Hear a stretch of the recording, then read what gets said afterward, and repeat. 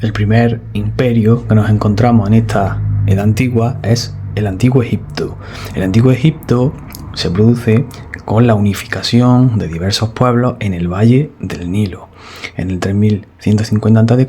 y se va a producir esta civilización hasta el 31 a.C. En el Valle del Nilo, aquí se produce el desarrollo de esta civilización. ¿Gracias a qué? Gracias a la fertilidad que se produce en el Valle del Nilo con el desarrollo de la agricultura y la ganadería, y una agricultura y ganadería muy avanzada.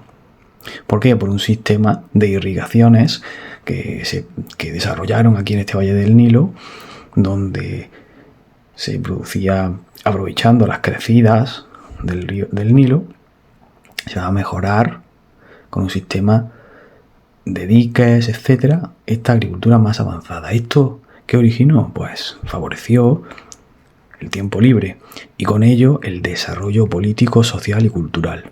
El desarrollo político tenemos que se va a desarrollar en reinos. En el primer periodo, el predinástico, todo el que va antes del 3100 a.C. El predinástico, había dos reinos independientes, el Alto y el Bajo Egipto. En el periodo arcaico, el 3100 a.C. hasta el 2700 a.C., Menennarmer, el primer faraón de la dinastía 1 y 2, unifica el Alto y el Bajo Egipto. El Imperio Antiguo, 2700 hasta el 2050 a.C., nos encontramos con el faraón Zoser de la dinastía 3, tercera, que establece la capital en Memphis y manda a construir la primera pirámide, la pirámide escalonada por mastabas en Saqqara. En este imperio antiguo se produce un periodo de decadencia hacia el 2250 a.C., como con la descentralización del poder. Cuando se descentraliza el poder se produce una fragmentación, una anarquía, y eso hace un caos, eso provoca un caos en la sociedad egipcia.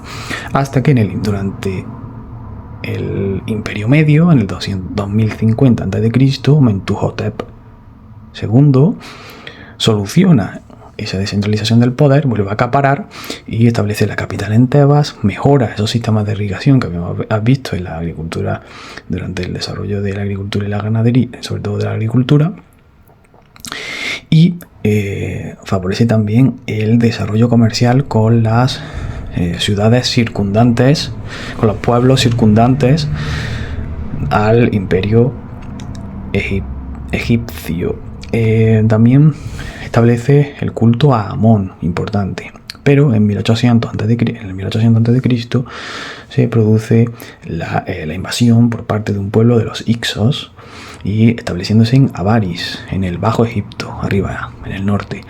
Pero el intercambio cultural que se produce con los egipcios se puede destacar con la incorporación de los egipcios del caballo, del carro de combate y del arco, fundamental luego en la guerra de liberación contra los egipcios en el 1550 a.C. El Imperio Nuevo empieza en el 1550 a.C. tras esta guerra de liberación, cuando con Amenhotep III, que cambia el nombre a Akenatón, estableciendo el monoteísmo y el culto a Atón. Hasta que Tutankamón, el siguiente, después de Amenhotep III, establece de nuevo el politeísmo. También destacar el Imperio Nuevo, Ramsés II, con el templo de Abu Simbel, con la construcción del templo de Abu Simbel, y también la batalla de Kadesh contra los hititas, donde se produjeron unas tablas. En tablas no ganó ni uno ni otro, pero se considera que se firmó el primer tratado de paz, la batalla de Kadesh. En el 1060 a.C. se produce de nuevo decadencia y fragmentación. Pero la civilización egipcia, y esto es lo importante, predomina su cultura, sus costumbres, su religión, etc. Es predominante.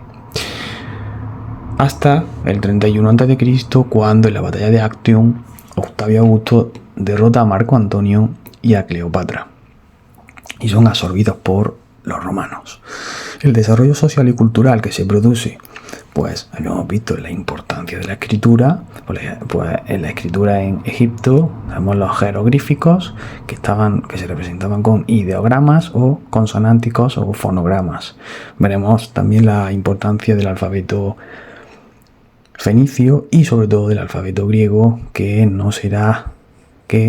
desarrollará estos alfabetos semíticos consonánticos, y el griego establecerá las vocales, le darán una importancia a las vocales que favorecerá el desarrollo de la filosofía. Ya explicaremos por qué.